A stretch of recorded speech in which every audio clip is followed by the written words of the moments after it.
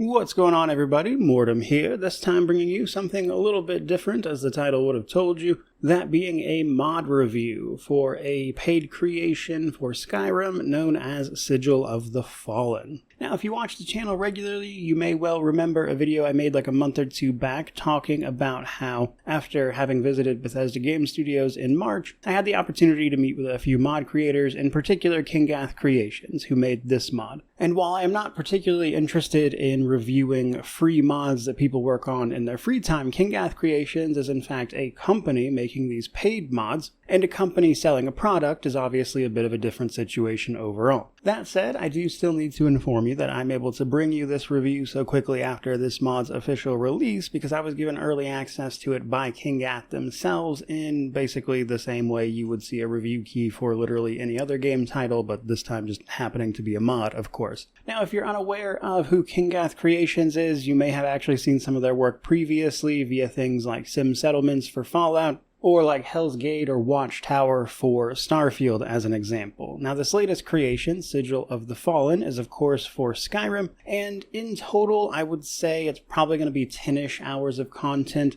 I ran through this with a very high-level character that I just kind of have in reserve, so to speak, and went through the mod all at once. Even then, that took me about 6 hours, so I imagine if you were to play this a little more organically, it would take longer. And over the course of this mod, we are going to be investigating some supernatural happenings in the vicinity of the Reach, alongside a whole host of dungeons, meeting a somewhat customizable companion, gathering up new unique items, and of course, enjoying the story itself. So before we break down all of that, I want to let people know that this is going up for 1,000 creation credits, which is roughly $10 US. But with that stuff said, let's dive a little deeper here. So in order to begin the quest line here, what we're going to have to do is either, at level 20, speak to an innkeeper about some work, encounter a random encounter with the spirit of a Daedra and a vigilant of Stendar, or, if you want to jump into this pre-level 20, it is also possible to simply go to the cave location just outside of Markarth. All of these are ultimately going to lead you to a strange cave, where, inadvertently, you set a bunch of spirits free by interacting with this giant geode. Shortly after this occurs, you are spoken to by the guardian of this cave and area explaining what happened. Several spirits have escaped from this geode, and your job basically becomes to track them down. In order to do this, we're going to gather up some unique items to help us with the dungeons that these spirits have run off to, and we're also going to get some tools potentially to help us track down some of the lesser spirits, which is important because we're going to need their ectoplasm, as that becomes a bit of a resource in this particular mod.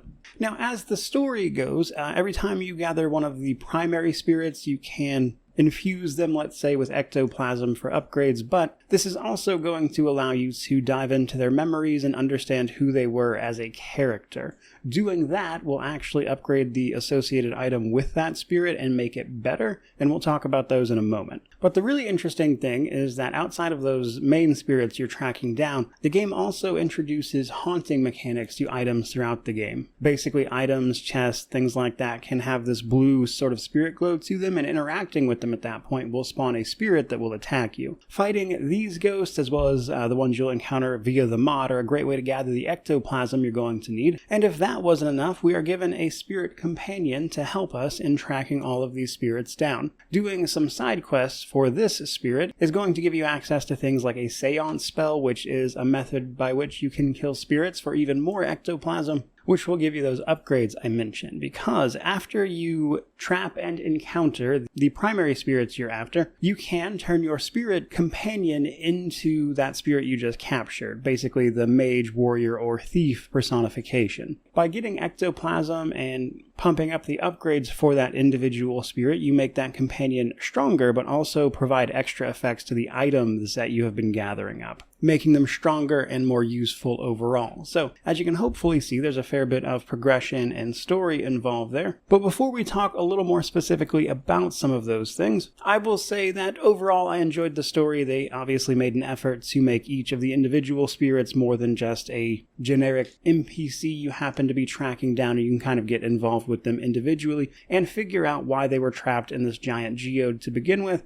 as well as what the deal is with the Guardian, of course, guarding the place. There are some choices later on in the DLC that have some varying effects. It's nothing like crazy choice and consequence wise. It's not exactly an expansion sized mod or anything, but there are some choices with some different outcomes based on how you handle those final few decisions that can change some things up for you, and that will of course affect the end and the actual situation that has occurred here once you start getting answers. Overall, an enjoyable experience, but I did run into, I would say, 2 problems with it that I want to talk a little bit about before we go farther. One, basically audio. I did notice while playing through this that oftentimes you're having conversations with characters that are a good bit away from you, or these characters will be having conversations that are important with other NPCs, but because of the distance between them, it can be difficult to actually hear all of that conversation, and it gets to a point where the audio mixing can feel just a little bit weird. Now, you could argue that that's pretty standard Bethesda in and of itself, but it is kind of one thing that drug this experience down quite a bit. And then the other side of that, however, is some backtracking. So this might change if you play the mod a little more organically than I did, but as somebody who was running through this just to run through it and see all of the content and everything, what tends to happen is you go encounter that spirit, take it back to the geode, get your power-ups, and then if you power up that spirit,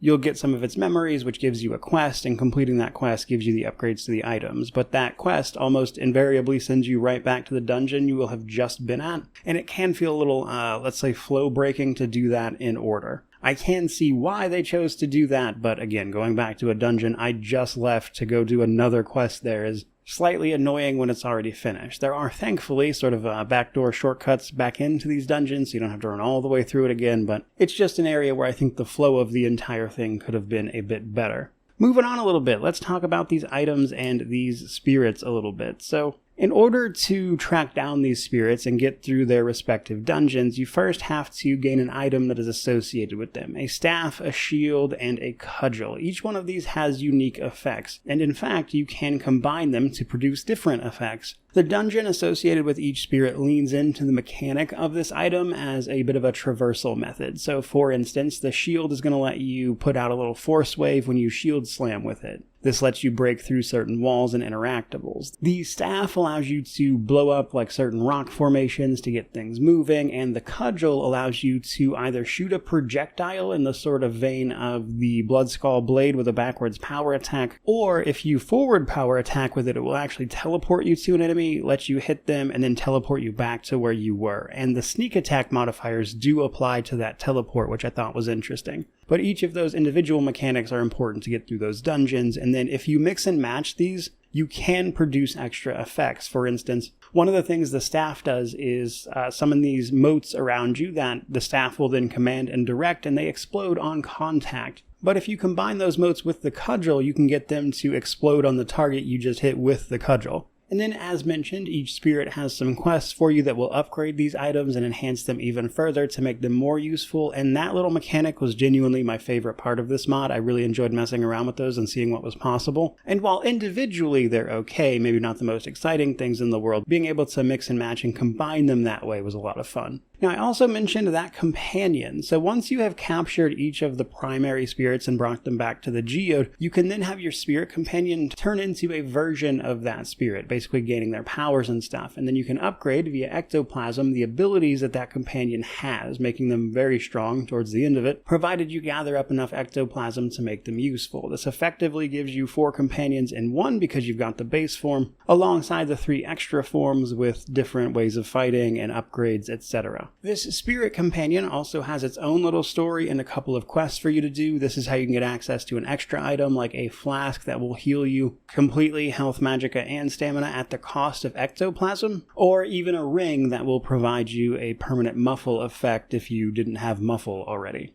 Then, of course, there are the dungeons themselves. I enjoyed the dungeons quite a bit. Each of them kind of leans into a couple of different mechanics based around the items primarily, but even beyond that stuff, there are some interesting traversal options here. For instance, one of the dungeons has you riding these geyser spouts, which, by the way, don't ever try to do that It's a fun thing you see in video games every once in a while, but geysers are actually extraordinarily dangerous, but a fun mechanic for a dungeon at the very least. Then there is a, I guess, trap dungeon for the thief spirit that is all about dodging and dealing with traps, or the warrior's dungeon, which is like trying to find your way through a dangerous lava-filled prison-esque type of place, and there are some fun interactions there as well. And for all of those reasons, I found this mod to be mostly pretty enjoyable. I had a couple of hang-ups with it, as I mentioned throughout the video here, but by and large, this was an enjoyable experience that offered some unique rewards and some interesting interactions overall. And for all of that, I think the asking price of $10 makes a fair bit of sense, though I am admittedly not deeply involved in the land of paid mods, so I'm not exactly sure what's normal in terms of pricing there. $10 just seems roughly appropriate for the amount of content you're getting and the length of the story. But with that said, I think we can just about wrap up this particular video. With that in mind, I'm happy to have some feedback on this. This is roughly my first sincere mod review here, so if there's any